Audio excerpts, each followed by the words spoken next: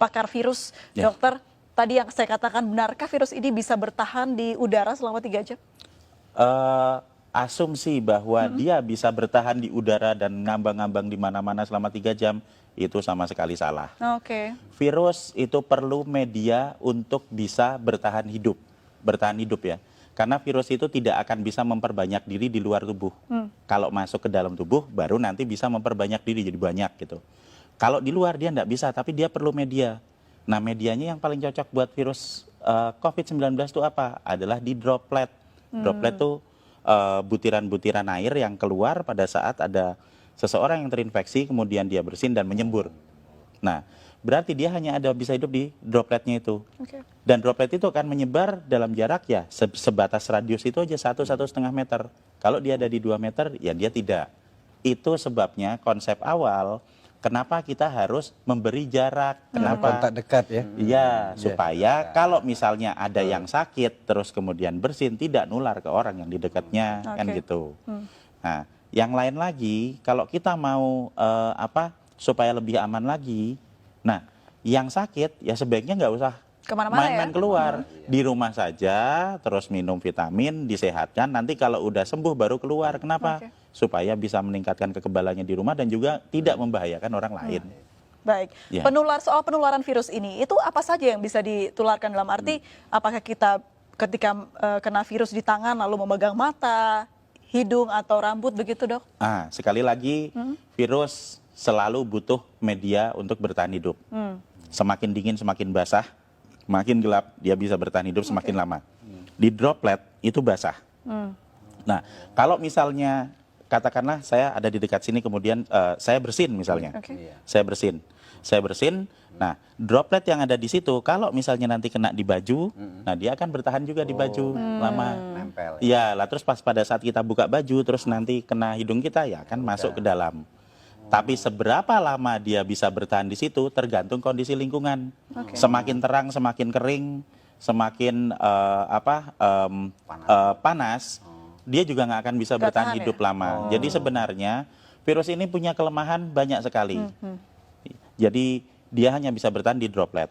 Kalau misalnya ada yang bilang, misalnya kan kalau misalnya dia ditaruh di meja yang dingin gitu, bertahan 9 hari. Ada hoax seperti itu. Itu hoax ya, Dok? Menurut saya hoax. Kenapa? Nah, kalau dia hanya bisa bertahan di dalam droplet.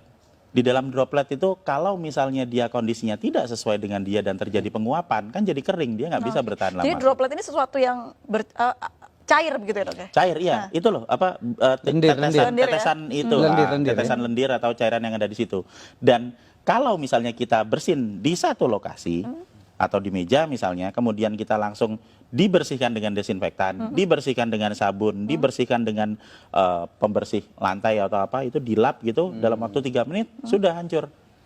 Jadi virus ini gampang hancur dengan pelarut lemak, dengan sabun, dengan deterjen dan macam-macam, termasuk kalau nempel di baju kita terus langsung masukin mesin cuci, itu virusnya hancur. Kelemahannya seperti itu. Nah, kelebihannya nyebarnya cepat. Jadi sebenarnya kita bisa tahu kelemahan dan kekuatan virusnya dengan jelas supaya kita bisa ngatasi. Kita harus tahu dulu kalau kita mau bertempur, kita kan harus tahu dulu musuhnya. Kalau kita tidak tahu musuh kita apa, yang terjadi apa? Kita cuma ketakutan aja. Wah, nanti kena, saya sekarang kena, besok mati, ya enggak lah. Kalau dari segi virusnya atau ya faktor dia bisa tumbuh begitu, apakah benda yang dia hinggapi begitu ya, Dok ya, itu mempengaruhi juga si virus ini bertahan hidup begitu, seperti di plastik berbeda dengan di kayu mungkin? Iya, semakin dingin dia bisa bertahan hidup semakin lama. Tapi permasalahannya di sini adalah bukan seberapa lama dia bisa ada di situ, seberapa ingin kita dia hidup. Seberapa kita ingin supaya virus itu tetap hidup. Kalau kita pengen virus itu cepat mati supaya nggak nular, ya kalau misalnya kita tahu mejanya kotor ya dibersihin aja, disemprot dibersihin. Ada yang bersihin misalnya ya cepat-cepat disemprot dibersihin. Semakin kita diamkan paparan virus yang ada di situ ya dia akan bertahan semakin lama. Tapi kalau misalnya kita bisa punya kesadaran sendiri untuk mulai dengan pola hidup bersih, setiap ada sebaran di situ ya kita semprot bersih, simpel kok itu, enggak terlalu sulit, cuma diusap aja seperti itu. Nah, maka kita akan sangat membantu untuk mengurangi sebaran virus. Baik, itu juga berlaku untuk batuk begitu ya, Dok ya? Iya, betul. Dan kalau tetap mata nggak mungkin ya dok ya Enggak, misalnya. enggak, sama sekali tidak mungkin. Apalagi hanya pikiran. Iya, hanya kalau tetap pikiran. mata ntar jatuhnya ke hati ya dok ya. Namanya halu baik, itu, halu. halu. Kalau bicara soal bagaimana dampak negatif dari virus ini, apa dampak yang paling buruk bisa dihasilkan dari virus ini dok? Jadi kita akan kembali lagi ke sifat virus. Virus ini pertama, cepat menyebar. Jadi dia akan sangat mudah beradaptasi, bisa menempel di saluran pernafasan manusia. Yang kedua, fatality rate-nya tidak besar. Ini kita bisa lihat dari hasil statistik dimanapun di seluruh dunia, bahwa masih selalu akan ada 97% orang yang recovery. Jadi kalau dari 100% populasi ada 3% yang masuk ke fatality rate, dan 97% itu dia bisa Ya. pulih dan juga bisa masih tetap sehat. Ini yang terjadi di pasien nomor 1, 2, 3. Ingat toh waktu di Ya, Depok ya. itu? Jadi tanggal 29 Februari dinyatakan positif. Benar toh? Terus dirawat di rumah sakit selama 16 hari. Dan kemarin mereka semua pulang dalam kondisi sehat. Dan berubah jadi negatif. Berarti apa?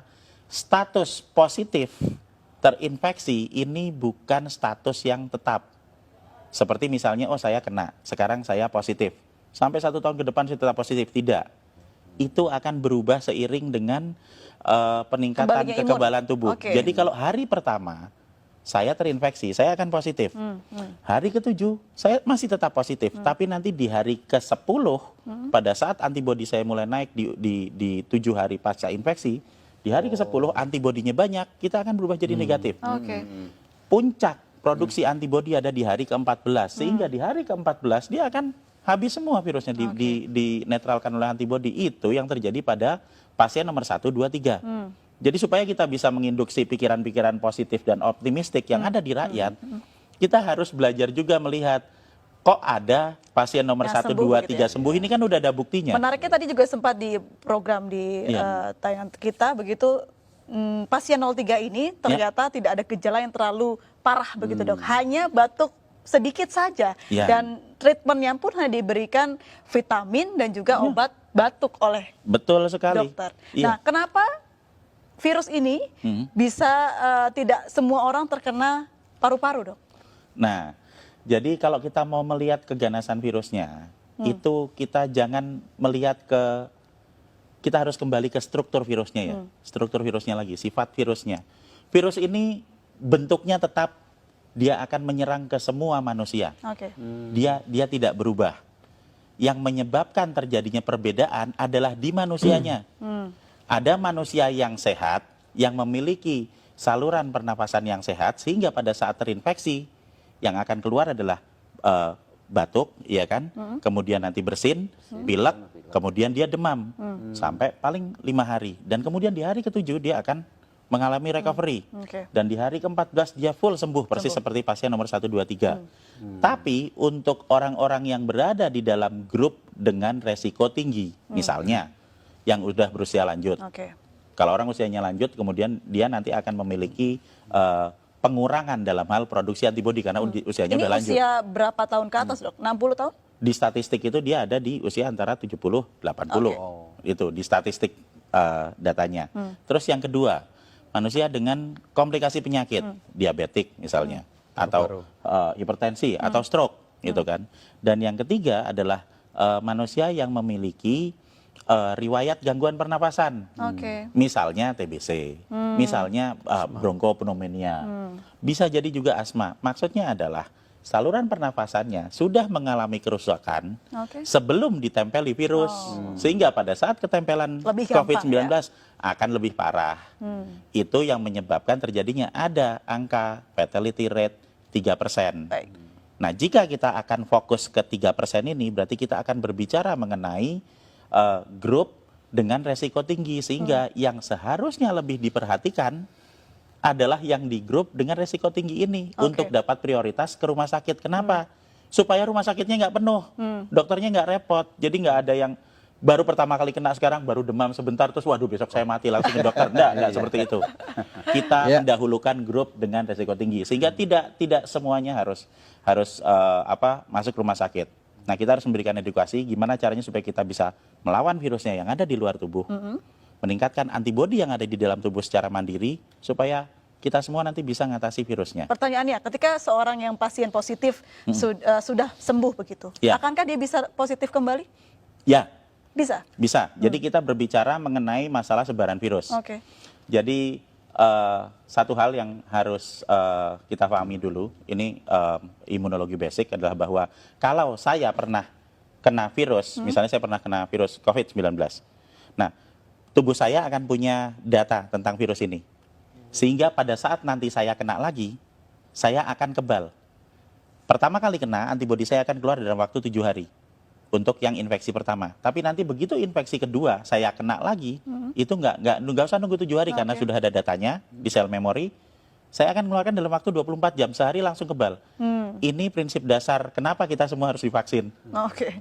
Jadi kita kasih virusnya dulu, dikenalin, supaya nanti kalau ada lagi, antibodi kita bisa keluar lebih cepat dan lebih banyak.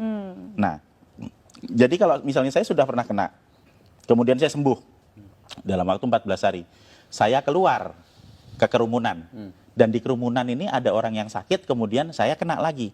Apakah saya bisa kena? Jawabannya ya, pasti iya. Kalau diambil sampel, apakah itu akan jadi positif? Ya, benar jadi positif. Tapi apakah Saya infeksi sakit. kedua itu akan membuat saya sakit? Tidak, Oh, karena saya sudah punya antibodi. Dan kalau yang pertama tadi, mungkin kita ingat hari pertama positif, nanti hari ke-7 masih positif, hari ke-10 bisa jadi negatif. Yang pertama, infeksi pertama. Kalau sudah saya kena lagi, hari pertama positif, nanti hari ketiga bisa positif, hari keempat sudah negatif. Karena antibodinya sudah keluar. Jadi orang yang kena corona ini sudah positif berarti punya antibodi yang besar ya Iya. dok ya ketika sudah sembuh tapi. Betul. Dan dengan memberikan vitamin E dan vitamin C, kita Oke. bisa memproduksi antibodi 2-3 kali lipat lebih banyak daripada normal. Ini kan berarti kuncinya adalah imunitas. Lalu seperti apa kita menjaga imunitas? Vitamin yang banyak, tidur yang cukup, apalagi dok? Jadi produksi antibodi yang normal itu akan bisa dicapai jika kita dalam kondisi yang fit. Berarti apa? Berarti kita ya makan yang benar, kemudian kita istirahat yang cukup. Karena semakin banyak kita bergadang, semakin banyak kita stres dan panik bahwa kita besok mati, Nah, itu ya. itu akan sangat menurunkan produksi antibodi. Berarti gitu. panik benar menurunkan antibodi ya dok? Iya, Oke. lah kan kita jadi panik terus, kemudian kita jadi nggak tidur, Stres kemudian jadinya. kita mau minum nggak enak, makan nggak enak, iya kan? Takut Akhirnya mati. iya kita kurang energi, akhirnya ya nggak ada produksi antibodi. Jadi sebenarnya dengan pola hidup yang sehat itu akan mampu membuat kita memproduksi antibodi secara normal. Dan pada saat ada dalam kondisi wabah, jika kita mengkonsumsi vitamin E dan vitamin C, Oke. kita akan memproduksi antibodi bisa 2-3 kali lipat dari produksi normal. Dan ini akan sangat-sangat membantu pada saat ada kondisi wabah virus. Dan yang paling utama lagi adalah, sekali lagi, panik dan stres itu tidak akan meningkatkan antibodi kita, atau menyebabkan virus yang ada di luar menjadi berkurang. Meningkatkan antibodi dengan berpikir positif, dengan memiliki ilmu pengetahuan yang cukup bahwa sebenarnya virus ini bisa kita hadapi, kemudian konsumsi vitamin dan pola hidup bersih.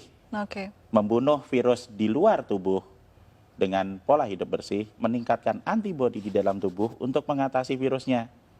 Dan tanpa panik, tanpa stres. Tanpa Karena- panik, Nah, tanpa Karena vitaminnya ada panik nggak akan membawa perubahan apapun.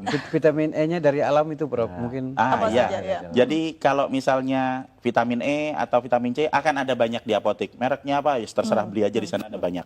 Kalau misalnya tidak ada, kita bisa menemui banyak vitamin E itu ada di kecambah atau tauge itu, Oke. brokoli.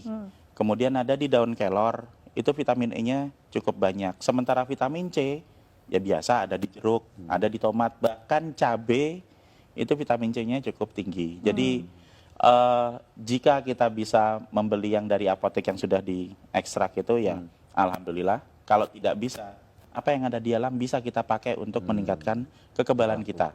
Semua orang, semua penduduk bisa meningkatkan produksi antibodi dan semua orang berhak untuk hidup sehat.